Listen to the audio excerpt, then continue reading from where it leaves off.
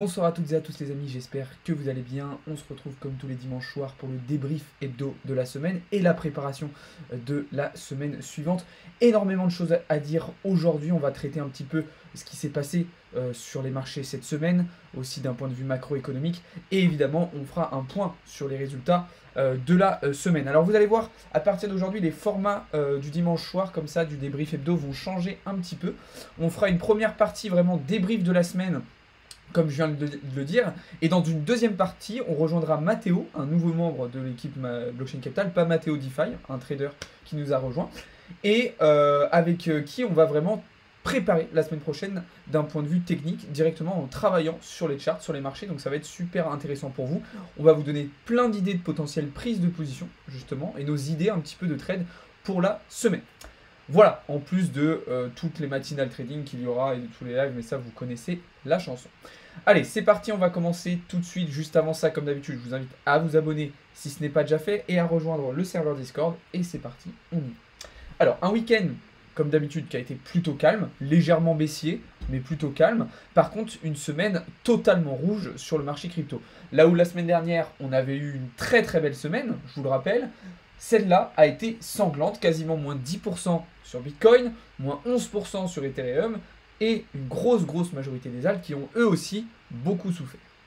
Du côté de l'indice Fear and Greed, forcément on a ressenti aussi l'impact, avec une belle perte de confiance, là où on avait encore la semaine dernière un indice qui était à 68, il est descendu à 56 cette semaine, voire même un petit peu plus bas, dans un niveau neutre, donc entre la confiance et entre la peur. Du côté des ratios long-short, on a toujours une majorité de longues, 64-35, vous voyez sur le ratio aujourd'hui. Ce qui a posé un petit peu problème, c'est que ces longues n'étaient pas assez forts et ils se sont fait liquider. C'est pour ça qu'en fait le prix a continué de descendre sur Bitcoin, c'est qu'on est venu liquider, encore et encore, tous les longues qui étaient encore présents sur le marché. Et ça se ressent directement sur la charte. Comme je vous le disais, la semaine dernière, on avait eu une très belle perf de Bitcoin qui s'était envolée quasiment aux 31 000 $. Et là, cette semaine, eh bien, après une belle performance lundi, tout s'est écroulé. On est revenu tester le support ici, la structure précédente des 28 700 $, sur laquelle on avait buté, je vous le rappelle, une bonne partie du mois de mars et du début du mois d'avril. Et là, on est revenu chercher du coup aux alentours des 27 300 $. Donc là, vous voyez qu'il y avait cette zone de liquidité qui était intéressante. Maintenant, celle que je surveille, c'est celle-ci, aux alentours plutôt des 26 500 $. Alors, pour comprendre un petit peu aussi pourquoi Bitcoin vient ici, qu'est-ce qu'il fait, eh bien, on peut s'appuyer aussi sur des maps de liquidité que j'ai pu vous partager cette semaine en vous montrant un petit peu la localisation justement de ces pics de liquidité sur le marché et ce qui pouvait nous aider à comprendre pourquoi Bitcoin prenait un certain nombre de directions. Maintenant, il est vrai que pour moi, je considère que désormais une grosse majorité de la liquidité que vous voyez ici a été récupérée et qu'il va désormais falloir revenir chercher toutes celles qu'on a aux alentours des 29 600 $. Ou même au-dessus, aux alentours des 30 500 $, comme vous le voyez juste ici. Donc, d'un point de vue liquidité, ça ne serait pas du tout illogique d'avoir la semaine qui va venir une semaine haussière.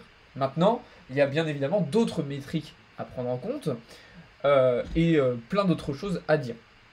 Sur, par exemple, les news macroéconomiques qu'on verra juste après, qui pourront elles aussi avoir un impact assez important sur les comportements de marché. Alors, maintenant, ça, on le verra plutôt dans une deuxième partie du live, comme je vous le disais tout à l'heure, à quoi on peut s'attendre pour Bitcoin. Je voulais juste faire un retour rapide sur ce qui s'était passé. Du côté d'Ether, on a eu sensiblement la même chose. Là où c'est vraiment dommage, c'est qu'Ether était rentré dans une configuration haussière avec des potentielles surperformances de Bitcoin.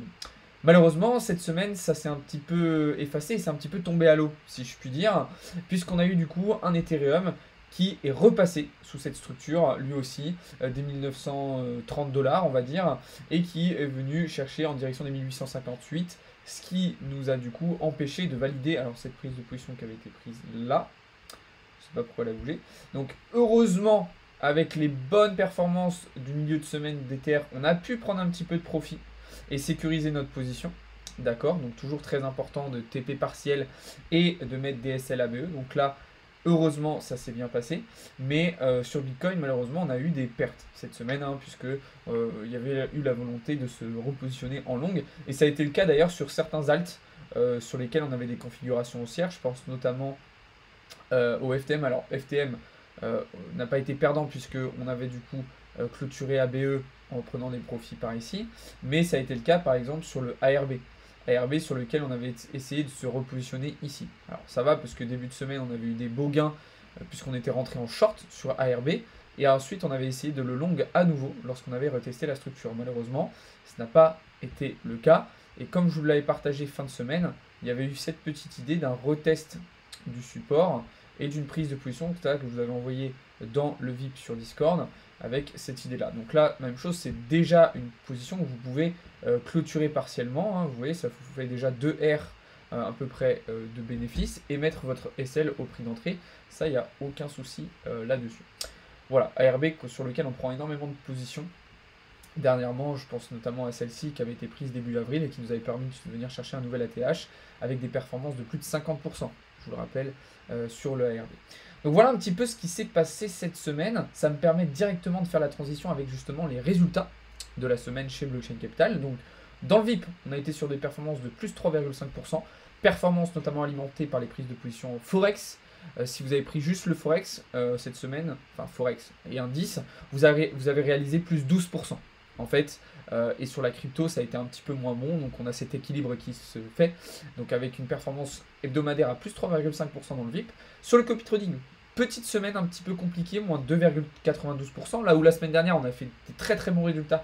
Sur le copy trading, ça a été un petit peu plus compliqué. Sur le compte PropFirm, on a fait plus 1,81%, d'accord, ce qui correspond à peu près à des gains de 1600 $. Et sur le compte entreprise donc de Blockchain Capital, donc là qui est un compte uniquement crypto, celui-ci, où je trade personnellement, j'ai réalisé des performances de plus 45% quasiment. Donc relativement une belle semaine, c'est vraiment juste le petit X sur le copy trading qui pose problème, mais bon, ça reste une perte assez mesurée, contrairement à la semaine dernière où on a eu des gains de plus 20% si je me rappelle bien. De toute façon, je vous ai partagé les résultats dans le Discord, je vous laisserai aller voir ça. Donc voilà, une semaine qui a été quand même pas mal du tout. C'est vrai que le retournement de marché n'était pas forcément quelque chose que j'avais prévu, c'était pas forcément dans mes plans, et donc c'est vrai que du coup ça a impacté certaines de mes positions, mais comme vous le voyez dans une moindre mesure, de par le très bon risque management qu'on a, et de par les bonnes stratégies en fait qu'on a mis en place jusqu'à maintenant. Donc voilà, alors avant d'avancer sur la suite, je vais regarder un petit peu vos questions les amis, et puis après on va pouvoir se tourner vers le calendrier macroéconomique de la semaine prochaine qui va être très important. Et après, comme je vous le disais tout à l'heure, on va directement rejoindre Mathéo pour préparer la semaine qui arrive d'un point de vue technique en vous partageant nos idées, nos biais pour la semaine qui arrive, donc ça va être très intéressant. En tout cas, salut à tous ceux qui sont sur le live, merci beaucoup, ça fait extrêmement plaisir comme d'habitude. N'hésitez pas à vous abonner, n'hésitez pas à rejoindre le serveur Discord, vous connaissez la chanson, tous les liens sont dans la bio et dans la description. Alors je commence les questions Twitch et après juste je vais prendre les questions TikTok. On va poursuivre la baisse et liquider plus de long ou bien on peut enfin repartir à la hausse. Bah ça c'est ce qu'on va voir juste après H justement avec Mathéo. 3,5% ça veut dire qu'en une semaine si j'avais 1000 € de capital, j'aurais gagné 35 € sur le VIP, c'est ça. Exactement Alexis. Ah non, 35 €, bah non, si 35 €, oui, exactement. Exactement. Après, ça dépend si t'avais pris tous les trades, enfin, ça dépend. Tu vois, par exemple, comme je disais tout à l'heure, si tu avais pris que le Forex, tu aurais fait 12% de performance sur le VIP cette semaine. Donc ça dépend, est-ce que tu aurais pris toutes les positions ou pas, ça dépend d'un certain nombre d'éléments. Salut Sandro. Donc voilà. Alors, je vais reprendre un petit peu aussi les questions sur TikTok. T'es en x3? Comment ça, Mazel? En x3? En effet de levier, non, j'utilise principalement du x10. Les cryptos, c'est pour votre retraite, pas uniquement. C'est aussi ce qui me permet de gagner ma vie quotidiennement. C'est pas fait pour le trading en levier 10, 100 ou x3. J'ai pas compris ta question, user. Salut Gaëtan, t'es en quel levier? Je viens de répondre. Salut, qu'en est-il de BTC? On va voir ça juste après, Kiki. On va voir ça juste après, ne t'inquiète pas. Donc voilà, alors on va regarder le programme macroéconomique de la semaine prochaine qui va être bien chargé les amis, accrochez-vous. On va avoir pas mal de catalyseurs la semaine prochaine qui vont peut-être un petit peu exciter les marchés. Alors demain, journée plutôt calme, ok, pas forcément trop de résultats comme souvent les lundis. Mardi, on va commencer à avoir des petites choses intéressantes avec notamment les permis de construire aux États-Unis. Je le rappelle, l'immobilier est quelque chose d'ultra important à surveiller en ce moment. Mais le résultat qui va nous intéresser le plus, nous, ça va être la confiance des consommateurs. Résultat très important dans l'optique d'un contrôle de l'inflation et d'une potentielle récession. Donc là déjà, mardi après-midi, gros résultats macroéconomiques qui vont être intéressants à suivre, sachant qu'on aura aussi les ventes de logements neufs.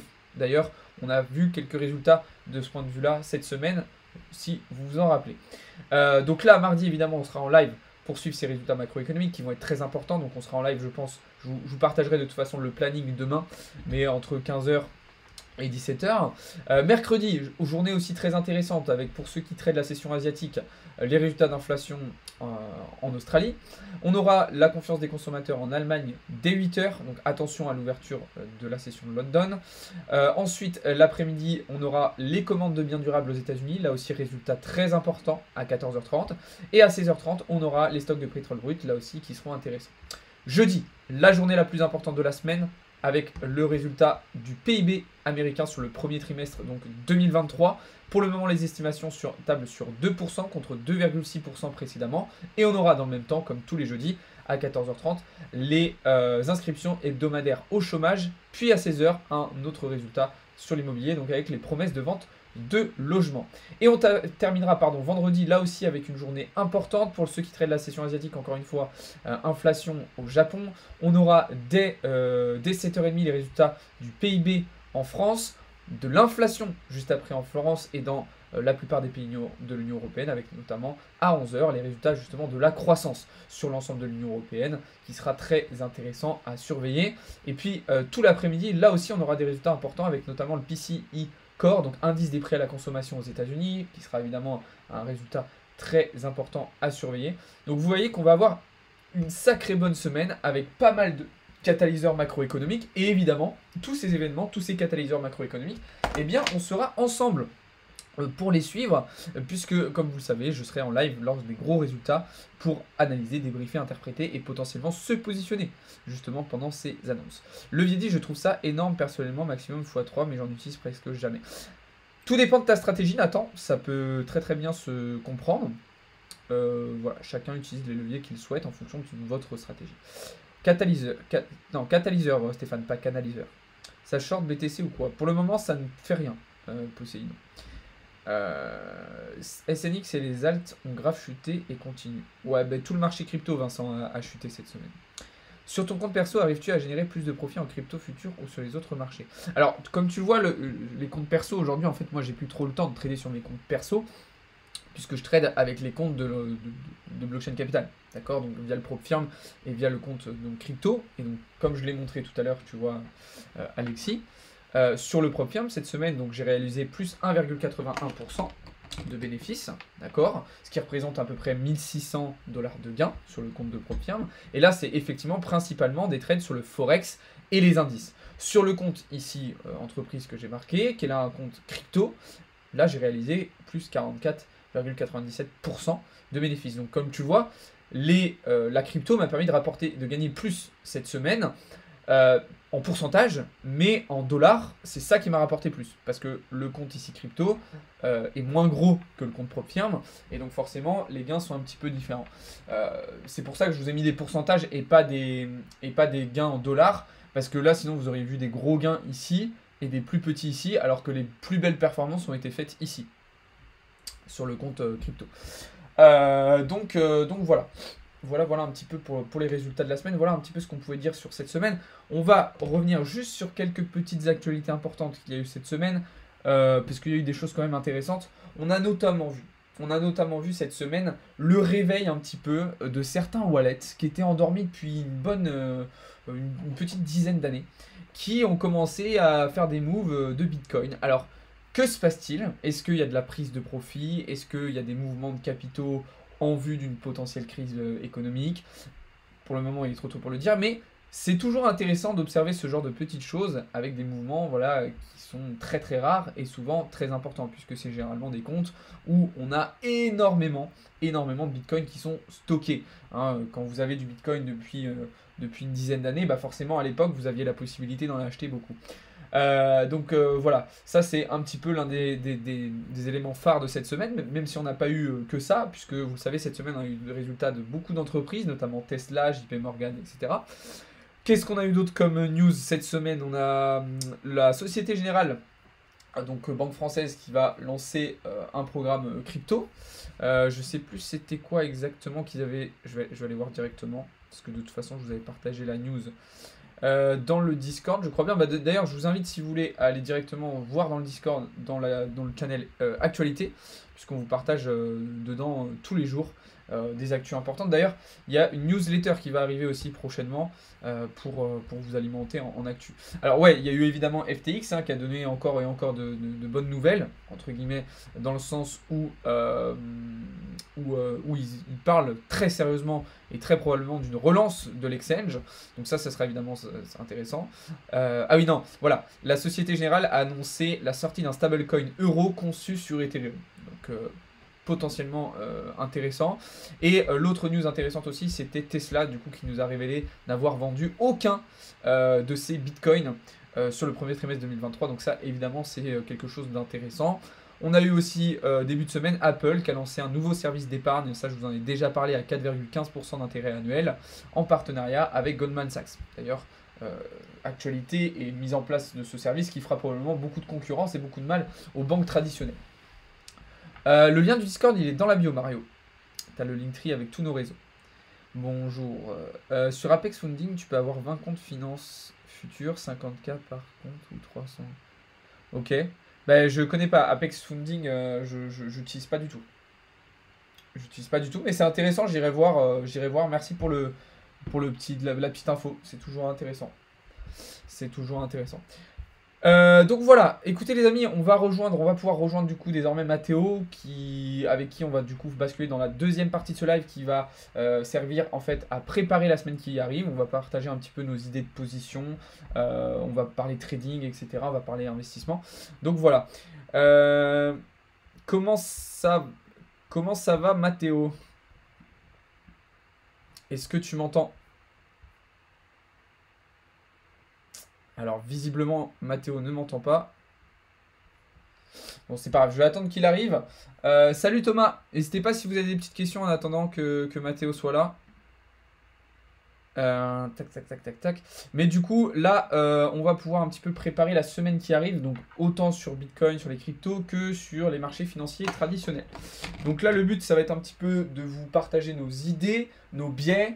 Est-ce qu'on voit plutôt la semaine haussière? Est-ce qu'on la voit plutôt baissière? Et qu'est-ce qu'on va surveiller en fait sur les marchés pour la semaine à venir? Sachant qu'on a encore des positions en cours.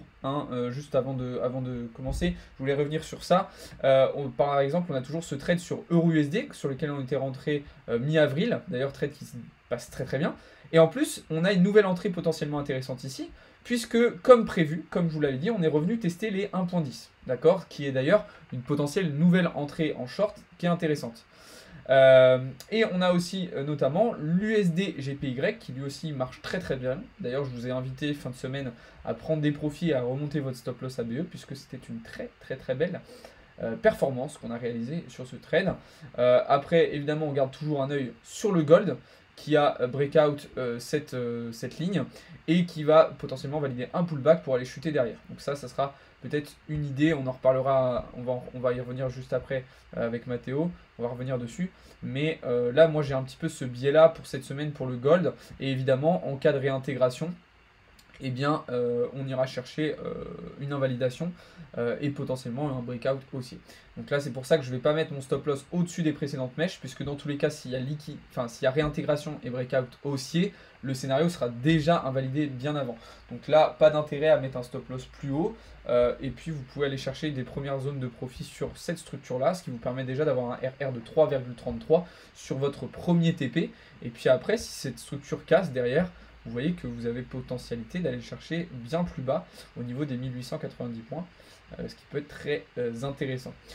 Sur l'US Oil, bon, bah, vous voyez que les scénarios sont plutôt bien passés. Alors, pas le haussier, du coup, puisqu'on ne s'est pas positionné dessus, vu qu'il y a eu un breakout direct ici, on n'est pas rentré dans cette position. Mais vous voyez que le short que je vous avais envoyé, même chose vendredi dernier sur le pétrole, a très très bien passé.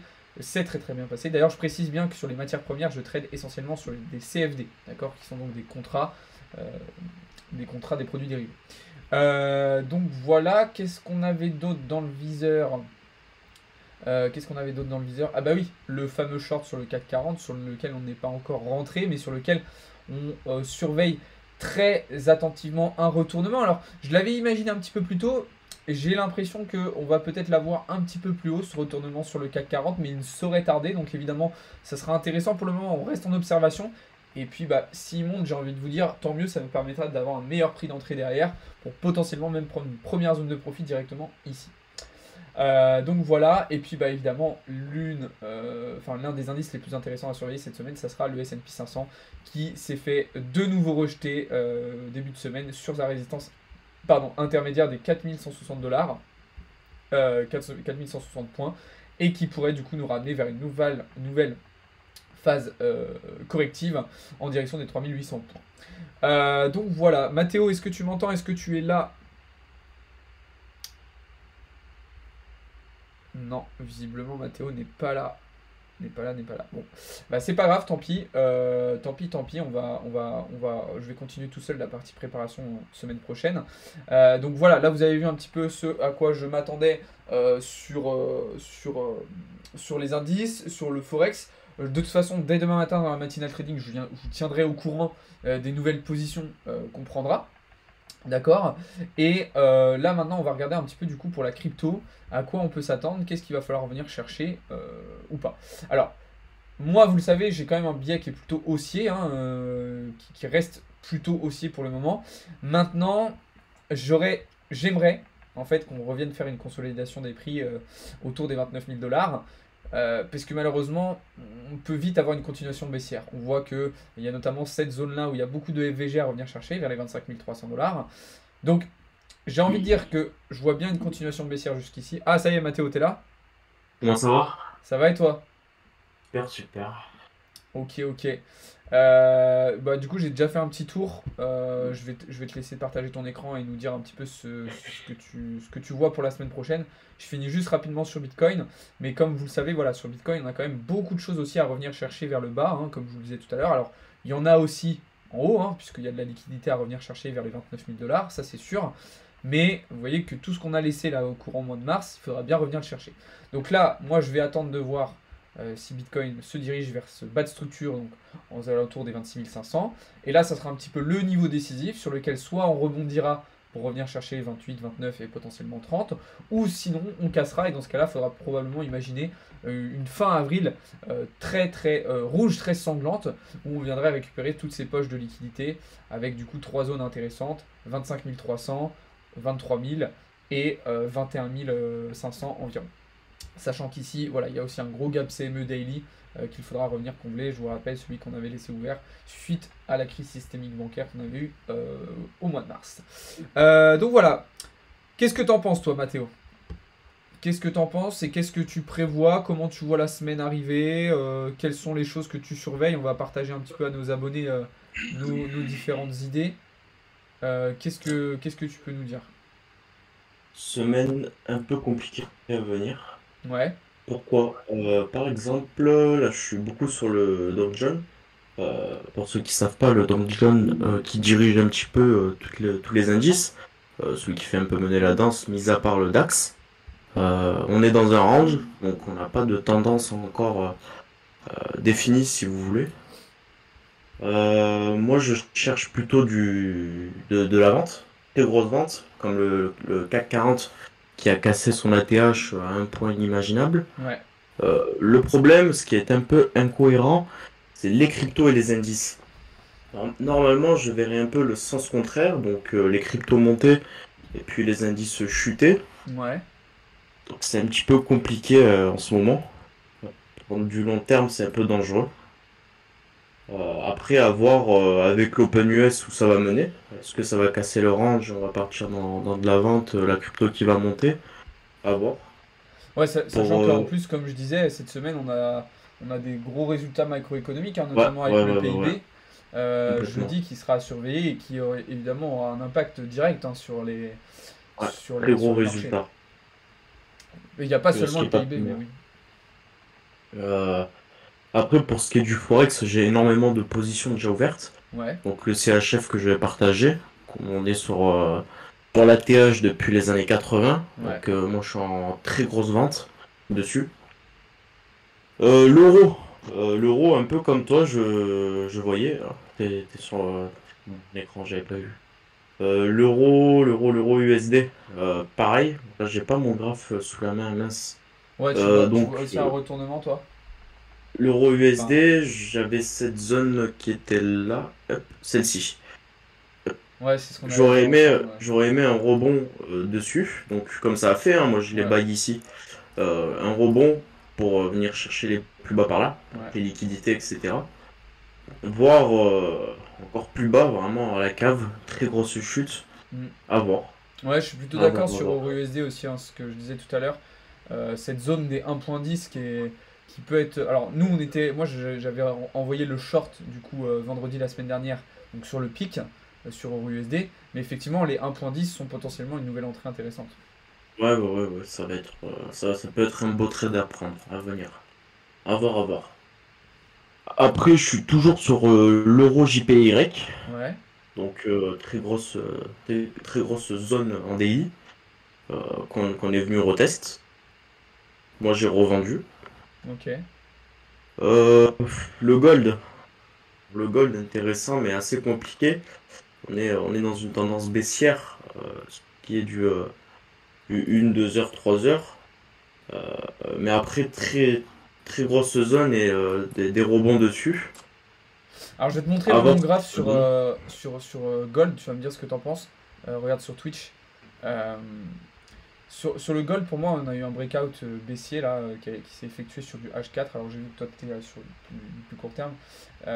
Mais typiquement, tu vois, ici sur le Gold, pour moi, il y a un breakout baissier qui s'est fait. Et du coup, moi, ce que je vais attendre, c'est un retest de cette zone, un pullback pour rentrer. Parce qu'on voit qu'on a déjà fait des breakouts, mais qu'en fait, étaient des fake-out. Et puis Ouais. derrière, on a eu réintégration à chaque fois.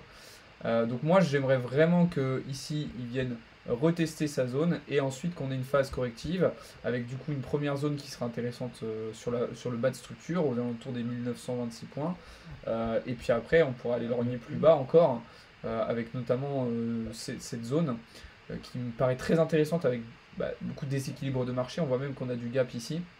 Donc, je pense qu'il peut y avoir un beau retournement cette semaine aussi sur le gold, même si les annonces macro auront beaucoup de poids de ce point de vue-là. Alors, toi, t'es situé où? T'es sur le 20 mars, ça? Ouais, c'est en fait la tendance haussière, une sorte d'accumulation en plus qu'on a fait sur le gold, une accumulation verticale en fait, qui a été effectuée depuis quelques semaines. Euh, ouais. Tu vois, pour moi, on a eu réellement là une deuxième tentative de cassure. Maintenant, comme tu l'as très bien identifié sur ton graphe, c'est vrai qu'on a encore cette zone de support un petit peu intermédiaire sur laquelle on est actuellement et qui va peut-être nous protéger un petit peu. Mais derrière, si ce niveau-là casse violemment, on peut avoir une très très belle correction et du coup une grosse entrée short qui peut être intéressante pour moi. Ouais. Alors, à voir, parce que le gold, si je devrais rentrer en vente, ça serait parce qu'il slide dessous. Ouais, bah c'est exactement ce que je voudrais qu'il fasse, ouais. Ou sinon, qu'il vienne casser cette zone-là et qu'il aille chercher ce bas-là. Ouais. Après, ça sera la cave avec un potentiel rebond sur les 18,70, Ouais. 18,80. Mais à voir, à voir. Après, le truc, c'est qu'il a vraiment retest presque au point près Ouais, la zone. ouais, Donc là, on va voir avec l'Open Gold de ce soir. Hein. Moi, je serai là pour le faire. À voir ce qu'il donne. ouais. Après, ouais, c'est ça, il revient tester au même endroit, mais justement, le fait qu'il vienne encore et encore s'appuyer dessus, ça va affaiblir la zone. Donc d'un moment, elle va s'affaiblir et elle va finir par breaker tout simplement. Mais effectivement, voilà, un pullback avec peut-être une légère continuation sous la trendline, ça pourrait être un scénario intéressant qui nous permettrait de choper un retournement derrière et d'avoir une belle position en short. Ouais, c'est à tenter, mais avec un SL assez court quand même. Ouais, ouais, il faudra avoir une zone d'invalidation très rapide. Puisque si réintégration, comme je disais, réintégration veut dire invalidation directement, on ira probablement Et, ensuite chercher et une, après, une tentative on de a des breakout marrons. haussier, un petit peu comme on avait pu faire en fait dans la semaine, hein, puisque on voit que mercredi, il y a une tentative de sortie baissière, et on en a fait aussi mardi et jeudi deux tentatives de sortie haussière. Il y a même eu lundi où on avait fait une première, qui était plutôt du coup un retest. Euh, mais là, vous voyez qu'en plus, on est vraiment sur une zone d'accumulation. Vous voyez que le prix compresse énormément, et donc faut s'attendre. Personnellement, je m'attends à un mouvement assez brusque, assez impulsif. Maintenant, pour le moment, j'ai plutôt un biais baissier, mais attention, si ça casse par le haut, on rentrera en longue et on saisira l'opportunité de la même manière. Et oui, effectivement, il y a de la divergence. Ça serait à tenter. Après, comme je pouvais en discuter avec des gens, euh, on est tous actuellement en train de chercher la TH. C'est ça. C'est-à-dire qu'on cherche tous les 2070 pour le gros short de l'année, comme il Mm, s'était passé l'année dernière. c'est ça. Euh, donc c'est à voir. À voir dans la semaine aussi. Ouais. Pour sa semaine un peu compliquée. Ok. Ok, ok. Alors, je vais regarder un petit peu les questions. Après, tu vas me dire ce que tu penses de Bitcoin. Alors, as-tu quelques indicateurs de prédilection en scalping et en swing crypto, principalement Fibonacci en indicateur. J'utilise aussi pas mal Ishimoku, Alexis, mais voilà.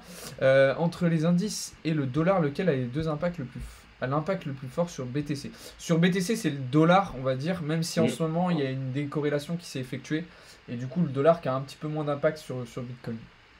Mais de toute façon, les indices ont aussi, notamment S&P 500, son lot de conséquences sur Bitcoin. Donc voilà, alors je reprends vos questions un petit peu sur TikTok aussi.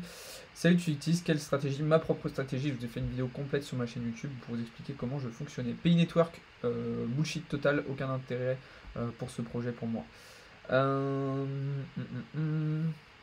Il y a un bruit quand tu tapes une quiche. Comment ça, quand je tape une quiche? Eh bien moi je vois EURUSD à 1.25. Ok.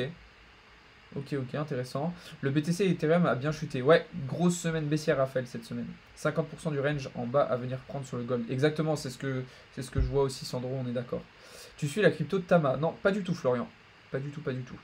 Le marché de l'or est fermé le trader de dimanche. Bah justement, on est en train de préparer la semaine, Ahmed. Et si entre-temps, Ahmed, tu pouvais réfléchir et apprendre à écrire, ce serait parfait. Avant de critiquer, on nettoie devant sa porte. Euh, Tu penses quoi de la crypto FIDA? Je connais pas cette crypto, Lofty. Tu penses qu'il va y avoir une hausse explosive? Sur quoi, Soso? Cardano short à prendre. En quelle unité de temps, Gauthier?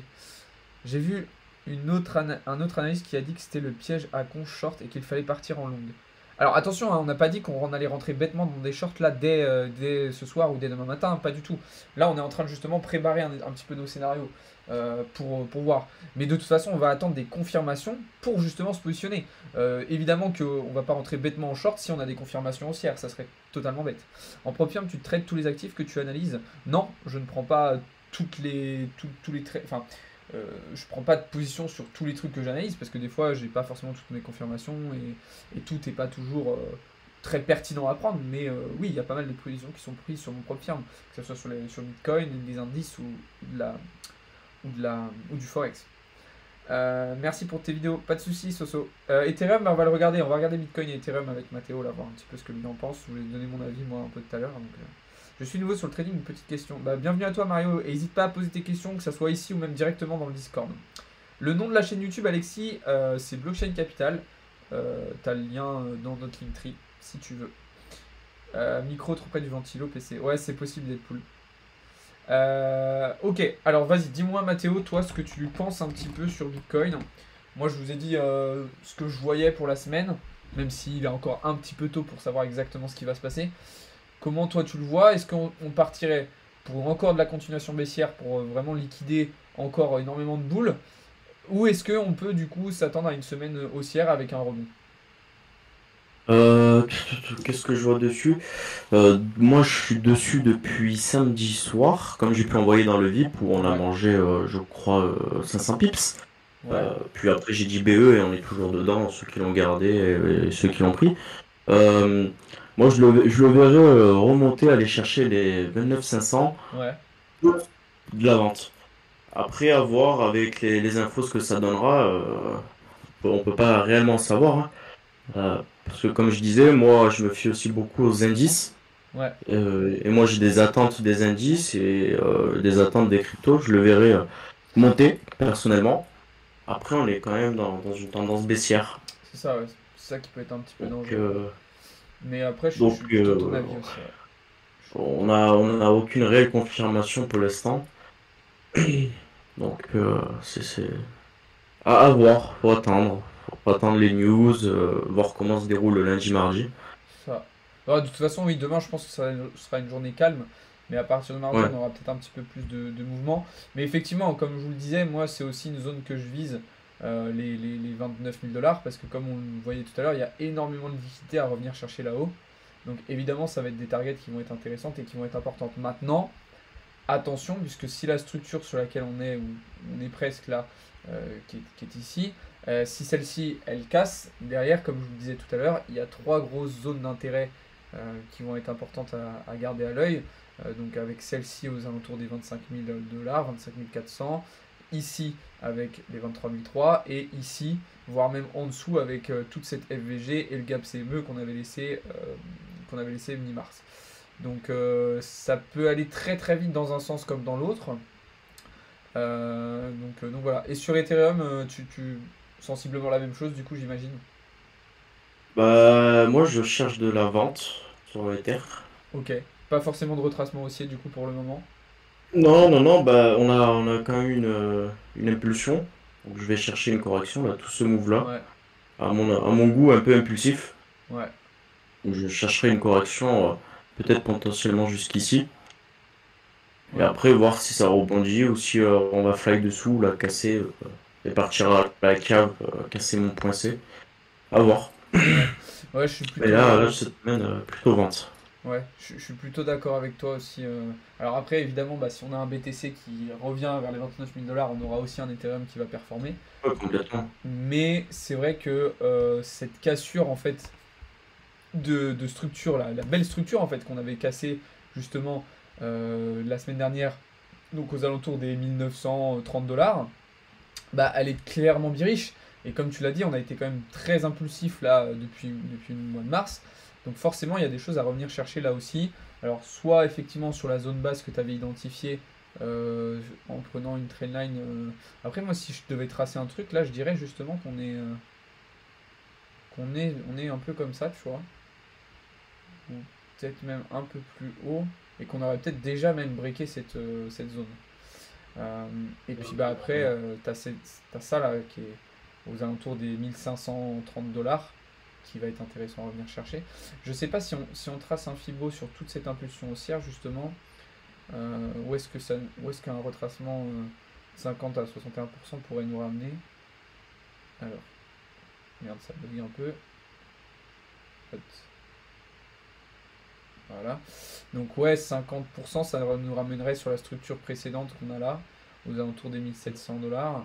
Et 61%, ça nous ramènera pile poil sur le bas justement de la structure qui est ici, avec la trendline qui a démarré ici. Donc ouais, c'est plutôt cohérent, hein, si breakout se confirme ici, d'avoir un retracement dans cette zone, voire même un petit peu plus bas avec le déséquilibre de marché qu'on a laissé aux 1530 points. Ouais. En plus, si tu regardes sur l'Ethereum, on est en train de faire un flag baissier. Ouais. En train de faire un petit flag baissier qui se construit, hein. Donc pour moi, merde. Pour moi, c'est des PE. Moi, là, je pourrais rentrer en vente. Moi, j'attendrais peut-être un petit retest un peu plus haut. Tu Voilà, vois. mais moi, c'est ce que j'attends, mais puis je rentre en vente s'il part le retest. Mais là, c'est vrai qu'en H4, on le voit, hein, il y a une sorte de bear flag, effectivement, que vous voyez là, hop, comme ça, qui est évidemment un pattern de continuation baissière, hein. Évidemment. Évidemment, évidemment. Donc voilà les amis, un petit peu bah, ce qu'on prévoit pour cette semaine, autant sur les cryptos que sur le marché actions, indices, forex, etc. De toute façon, on vous tient au courant de toute façon dans le VIP, vous le savez, à chaque fois qu'on prend des positions, d'accord. Donc on vous dit quand on rentre, quand on sort, ceci, cela, enfin bref, tous les moves qu'on fait sur le marché, on vous les partage dans le VIP. Et puis dans tous les cas, je reviendrai sur ça demain matin dans la matinale trading pour faire un petit point déjà avec l'ouverture des marchés qui aura commencé, en tout cas de certains marchés qui aura commencé. Donc il y aura des petites choses déjà intéressantes à dire. Est-ce que tu voulais rajouter certaines choses, Mathéo, ou je pense qu'on a fait le tour? Bon, pour moi ça va. Ok, ok. De toute façon, pour ceux qui veulent, après le live là, on va peut-être rester un petit peu en vocal sur Discord. Donc s'il y en a qui veulent venir, eh bien venez, avec grand plaisir. Je vous invite tout simplement à passer par le Linktree, donc que vous allez trouver en bio et en description sur les lives. Et puis sinon, si vous n'avez pas pu regarder l'entièreté de ce débrief hebdo et de cette préparation de semaine, je vous invite à aller sur la chaîne YouTube juste après, puisque je vais vous mettre en ligne la rediffusion, ce qui vous permettra de retravailler et de regarder tout ça. Voilà. Je vais terminer avec quelques réponses à vos questions. Et puis, on va se laisser là pour ce soir. Et puis, on se retrouvera dans la soirée sur le Discord. Mais sinon, demain matin pour du live. Tac. Alors, je regarde votre dernière question. Tac. Je remonte. BlackRock qui largue 7% de leur entreprise. La dernière fois, ça s'est mal terminé. Alors, c'est pas BlackRock qui a largué 7% de leur entreprise, c'est Larry Fink, le CEO de BlackRock, qui a effectivement largué 7% de sa participation d'action BlackRock. Mais effectivement, c'est pas forcément une nouvelle positive, j'ai envie de dire. Tu traites sur l'or, le forex, les indices, en pro-firme, c'est beaucoup. Comment ça, c'est beaucoup? Tu trouves que ça fait trop? Après, tu sais, j'ai ma gestion, j'ai ma stratégie, donc ça marche très bien pour moi, il n'y a pas de souci. Je débute en trading, combien de temps tu as mis pour être rentable? Plusieurs années, John. Après, tout dépend du temps que tu as à investir, de ton niveau, de ton implication, etc.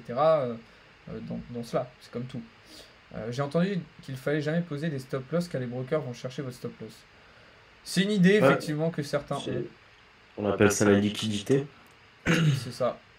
C'est ça. Après, c'est pas tellement les brokers, c'est les marques. Enfin,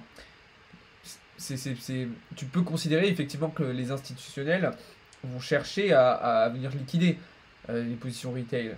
Maintenant, c'est un petit peu plus compliqué que ça. C'est surtout les whales en fait qui vont vouloir faire ça, puisque les institutionnels n'en ont un petit peu rien à faire de la liquidité retail qui représente 1% de la liquidité sur les marchés. Ça peut être un point de vue, je suis pas totalement contre, mais je suis pas totalement pour non plus. Mais en tout cas, je vous recommande de placer des stop loss.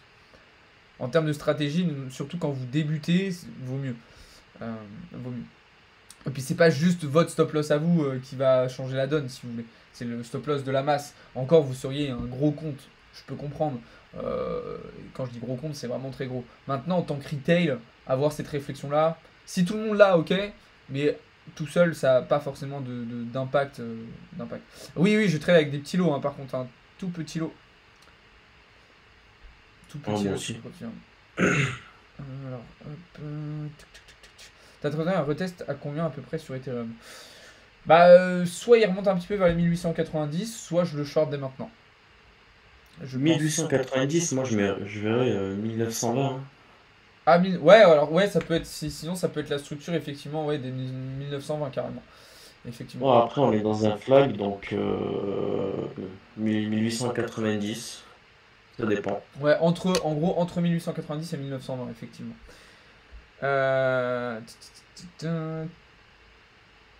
XRP et CKB, ça dépend, un avis quoi? Court terme, moyen terme, long terme pour le trader, pour le holder. Comment on peut voir une trappe? Je me fais liquider à chaque fois en scalping. Qu'est-ce que tu veux dire par une trappe? Un bear trap? Monsieur Beluga? Tu vois tes trappes lorsqu'il y a de l'IPA ou POI sous ton SMT. Alors ouais, voilà, après tout dépend ce que tu veux dire par trappe, de la méthode que tu utilises, Monsieur Beluga. Mais ça, si tu pourras venir poser tes questions dans le Discord.